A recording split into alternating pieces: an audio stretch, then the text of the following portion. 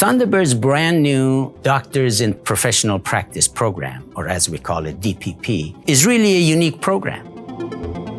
It's designed for practitioners, managers, consultants who have a curiosity about learning at a higher level.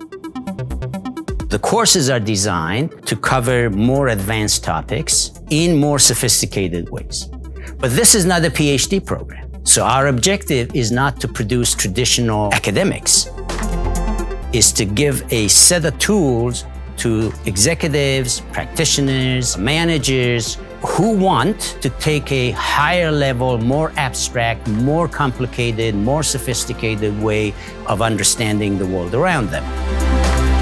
The other very unique thing about this program is that the participants are from all over the world, and they will focus on very important managerially, practically oriented issues and use the tools that they develop in this program to address them.